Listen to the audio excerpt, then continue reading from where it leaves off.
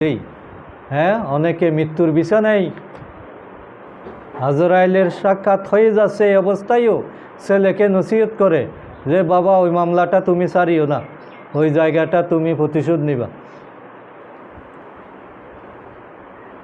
আছে কি না এরকম জাহেল? আছে না? অথচ সে জানে যে 1 সেকেন্ড পরে সব কিছু ছেড়ে তাকে চলে যেতে হবে। আমরা যে এত অন্যায় করি, কার জন্য করি? একজন মানুষ চলার জন্য কতটুকু জায়গা লাগে, কত হাজার টাকা ইনকাম লাগে, কয়টা বাড়ি লাগে, কত কোটি ব্যাংক ব্যালেন্স লাগে।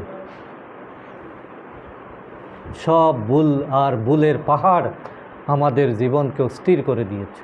এটা হলো মানবীয় বৈশিষ্ট্য, যে যত পায় সে আরও পেতে চায়। মানুষের পাওয়ার এটা কখনো সমাপ্তি ঘটে না, এটা হলো আমাদের বড় ধরনের দুর্বলতা। এই জন্য এই ধরনের দুর্বল কোনো ব্যক্তির পক্ষে জীবন বিধান রচনা করা বা হেদায়েত রচনা করা এটা সম্ভব না।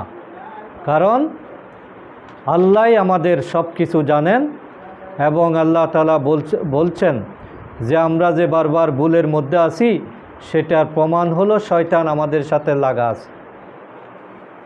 আমরা কিন্তু শয়তান থেকে 1 সেকেন্ড মুক্ত নই এবং সব সময় সে আমাদেরকে ধোঁকা দিচ্ছে।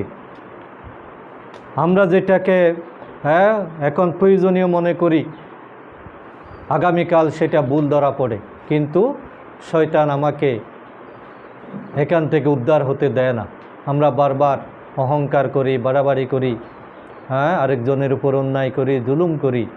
এটার কারণ হলো আল্লাহ তাআলা আমাদেরকে দুর্বলতা দিয়েই সৃষ্টি করেছেন। ইয়ালামু মা বাইনা আইদিহিম ওয়া মা খালফাহুম, আমাদের সামনে যা আছে পিছনে যা আছে আল্লাহ সব কিছু জানেন। ওয়ালা ইয়াহিতুনা বিশাইইম মিন ইলমি ইল্লা বিমা শা, আর তিনি যা ইচ্ছা করেন তাছাড়া তার জ্ঞানের কিছুই আমরা কেউ আয়ত্ত করতে পারি না। আয়াতুল কুরসিতে আমরা এগুলো পড়ি। তাহলে এটা একমাত্র আল্লাহ তাআলার জন্যই এই বৈশিষ্ট্যটা প্রযোজ্য, কোনো সৃষ্টির জন্য এটা প্রযোজ্য নয়।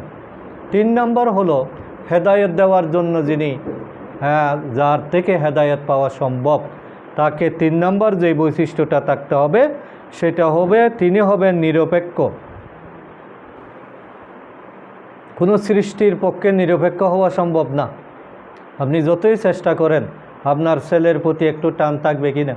আপনার জাতির প্রতি একটু টান থাকবে। পুরুষ হলে পুরুষের প্রতি একটু টান থাকবে, বাংলাদেশে হলে বাংলাদেশের প্রতি একটু টান থাকবে, কিন্তু আল্লাহ তাআলা